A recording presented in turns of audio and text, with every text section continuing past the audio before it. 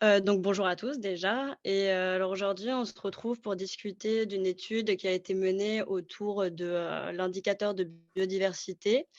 Donc c'est une étude comparative sur 2 véhicules, un véhicule thermique et son équivalent électrique.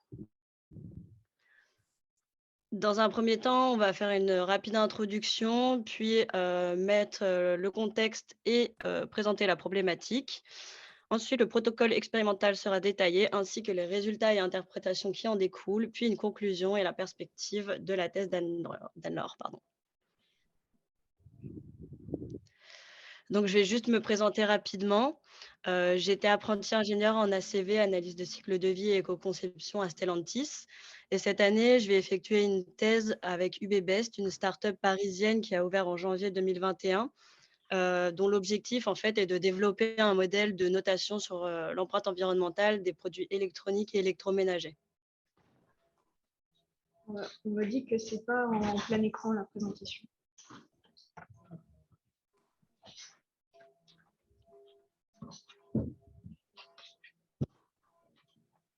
C'est mis en mode présentation, je pense.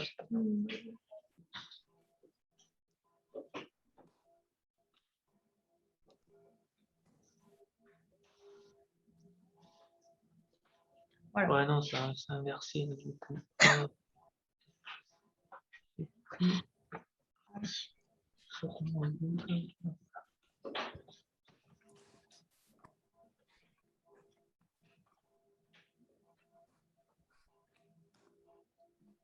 C'est bon, c'est bon. Merci beaucoup. Ouais. Okay. Et donc, pour me présenter, moi, je m'appelle Anne-Laure et donc je fais une thèse CIFRE en partenariat entre le groupe Stellantis, groupe automobile, et l'Université de technologie de Troyes, qui porte sur le développement d'une méthodologie d'aide à l'intégration de la soutenabilité des systèmes complexes, fondée sur la stratégie de responsabilité sociale des entreprises, avec une application donc, dans l'automobile au sein de Stellantis. Et en fait, c'est dans le cadre, donc j'en suis à 1 an et demi de thèse, et c'est dans le cadre de cette thèse-là qu'on a collaboré avec Axel au moment où elle était donc apprentie au sein de Stellantis. Et donc, pour comprendre un peu pourquoi on a mené cette étude comparative de véhicules en termes d'impact sur la biodiversité dans le cadre de la thèse, je vais replacer rapidement le contexte de la thèse pour que vous compreniez comment ça s'inscrit dans la thèse. Et à la fin, dans les perspectives, comment est-ce qu'on prévoit d'utiliser les résultats de l'étude qu'on a menée dans la thèse. Donc, bon, je vais passer comme ça. Donc, pour représenter un petit peu le contexte rapidement, dans le cadre de ma thèse, ce qu'on a identifié, c'est que les entreprises sont des acteurs majeurs de la transition vers un développement plus durable, parce qu'elles contribuent énormément aux impacts sur l'environnement et la société, mais elles ont aussi le potentiel pour réduire tous ces impacts. Et donc, au moment où le concept de développement durable a pris beaucoup d'ampleur, il y a un autre concept qui en a pris énormément aussi, qui est le concept de RSE, donc responsabilité sociale des entreprises, et qui consiste en fait pour les entreprises à prendre leur responsabilité justement vis-à-vis des impacts qu'elles ont sur l'environnement et sur la société, donc à questionner leurs pratiques, leurs activités, etc., pour identifier ces impacts et derrière mettre en place des plans d'action pour réduire leurs impacts. Et donc tout ça, c'est cadré par une norme qui s'appelle la norme ISO 26000, qui détaille un petit peu comment mettre en place une démarche de RSE et qui recommande d'intégrer cette démarche dans toutes les activités de l'entreprise. Donc ce qui nous intéresse particulièrement dans le cadre de la thèse, c'est l'activité de conception. Pourquoi ? Parce que l'activité de conception, en fait, elle va avoir un impact majeur une influence majeure sur les impacts environnementaux et sociaux des produits et des services qui vont être développés. Ce qui veut dire qu'en fait, dans la littérature, on identifie que la conception a le potentiel pour aider les entreprises à atteindre leurs objectifs RSE, puisque la RSE, justement, l'idée, c'est d'avoir des objectifs pour contribuer au développement durable.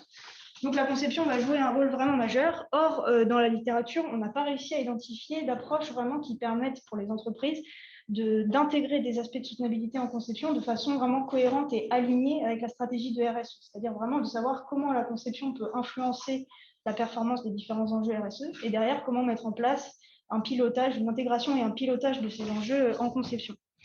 Donc c'est la problématique de recherche de ma thèse, en fait, c'est telle qu'elle est définie pour l'instant, donc comment intégrer et piloter les enjeux de RSE en conception de façon à mieux optimiser l'opérationnalisation de la stratégie de RSE.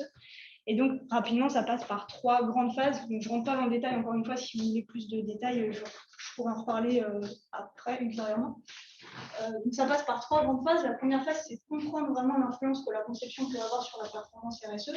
Donc, vraiment comprendre comment est-ce qu'il va y avoir un lien qui va se faire entre les deux. une fois qu'on a compris ce lien et qu'on identifie des lacunes, justement, des enjeux qui sont mal intégrés, mal pilotés en conception, de développer des outils, des indicateurs ou en identifier dans la littérature pour pouvoir justement qualifier ou quantifier cette influence qu'on aura identifiée.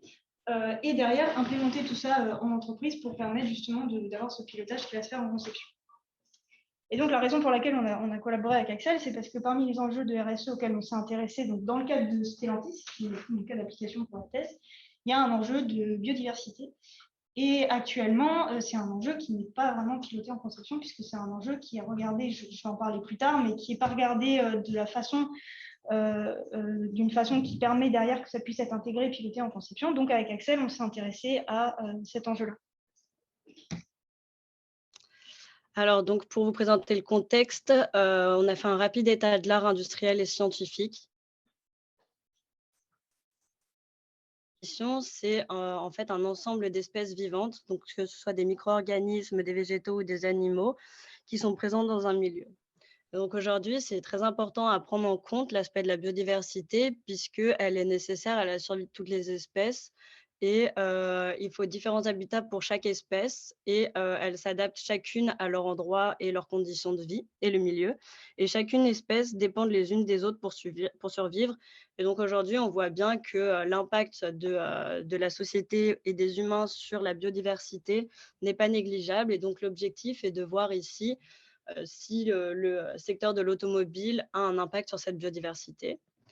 Donc, la revue bibliographique sur le contexte automobile et l'étude de l'indicateur de biodiversité dans ce secteur a montré que ça manquait beaucoup d'informations. Il y avait encore très peu d'études qui avaient été réalisées sur cet indicateur-là. On a vu passer une seule étude, c'est celle du CIREG, sauf qu'en fait, ce n'est pas une étude sur un véhicule en particulier, mais plutôt sur une gamme de véhicules. Donc, ils ont fait une moyenne des véhicules thermiques et des véhicules électriques pour ensuite étudier l'impact de la biodiversité. Et c'est une étude qui date de 2016 au Québec. Donc, cet indicateur de biodiversité dans la CV, il a encore beaucoup de limites, notamment sur la spatialisation, puisque la faune et la flore, elle est spécifique selon la zone géographique étudiée. Il y a beaucoup de manque d'indicateurs au sein de la biodiversité, comme le risque d'extinction d'espèces qui n'est pas pris en compte, ou alors la pollution lumineuse et sonore. Et les bases de données, elles sont peu fiables puisque, comme je disais avant, c'est que la faune et la flore, elle est spécifique à chaque zone. Ça manque encore beaucoup de bases de données spécifiques à ces zones géographiques. Et donc, pour présenter le contexte un peu plus spécifique à Stellantis, donc Stellantis, c'est la fusion entre deux groupes automobiles, PSA et FCA, qui est assez récente. Et donc, quand ma thèse a commencé, la fusion n'avait pas encore été faite. Moi, c'était dans le cadre du PSA que j'ai commencé ma thèse. Du coup, les enjeux de RSE dont je vais parler aujourd'hui, en fait, c'est les enjeux du groupe PSA. Donc, ça va évoluer évidemment avec la fusion, mais en tout cas, voilà, c'était à ça que je m'étais intéressée au départ. Et j'avais pris comme référence le rapport 2019 de RSE du groupe PSA, qui présentait les différents enjeux de RSE. Et donc, l'un des enjeux, donc je ne vais pas rentrer dans le détail de tout ce qui est écrit, je vais l'expliquer. L'un des enjeux, c'est un enjeu de biodiversité. Et donc, ils ont défini une ambition à long terme. Donc là, c'est à l'horizon 2035. Et ensuite, chaque année, pour chaque enjeu, ils définissent un objectif. Ils regardent s'ils ont réussi à atteindre cet objectif. Et ensuite, ils redéfinissent un objectif pour l'année d'après. Le but étant, à terme, de tendre vers l'ambition à long terme. Donc, l'objectif qui se fixe, en fait, c'est une approche avec une vision usine. C'est-à-dire qu'ils veulent regarder si les usines du groupe PSA fonctionnent de façon à permettre à la biodiversité alentour de se développer, etc. Et ça n'entrave pas trop la biodiversité qui se trouve autour des différents sites. Et donc, pour ça, ils ont mis en place un indicateur qui s'appelle l'indicateur RENATU. Donc, on peut voir donc, des résultats ici qui sont publiés encore une fois dans le rapport de RSE de 2019.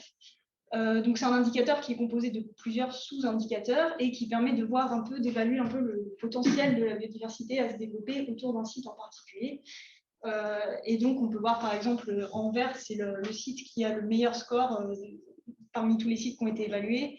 On a la moyenne des scores en bleu clair et puis le bleu foncé, c'est le site qui a le moins bon score. Donc, le problème, c'est qu'en fait, ils ont adopté une approche, une vision site, mais ils n'ont pas regardé encore si, sur tout le cycle de vie du véhicule, qui est quand même le produit fini sortant de l'entreprise et qui est leur